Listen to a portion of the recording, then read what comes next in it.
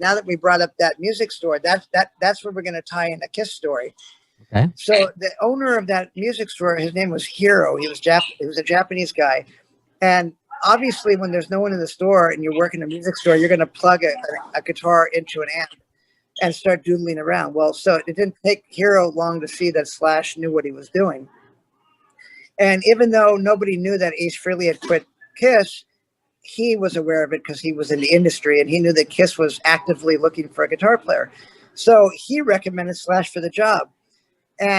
But also there was some red flags there because Slash was only 17 at the time. It was in 1982.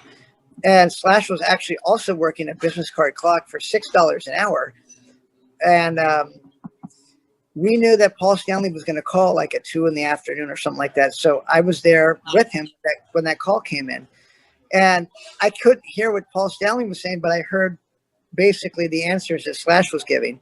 And I was like, yeah, I could pull that off. Yeah, I could do that. I think so. Yep, I could. Yeah, I could. So afterwards, I asked him, what did he ask you? Oh, would you be able to tour? Could you record? Is your parents cool with it? That kind of stuff.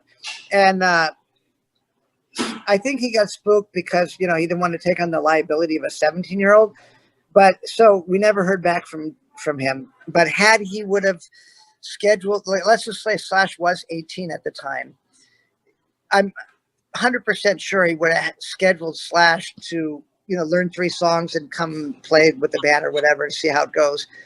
If Slash walks in the way he looks, and Slash had a good image of him back in 82, and just heard, plug in an amp and let Slash rip away and doodle around, I'm very confident that Slash would have probably been picked for the job.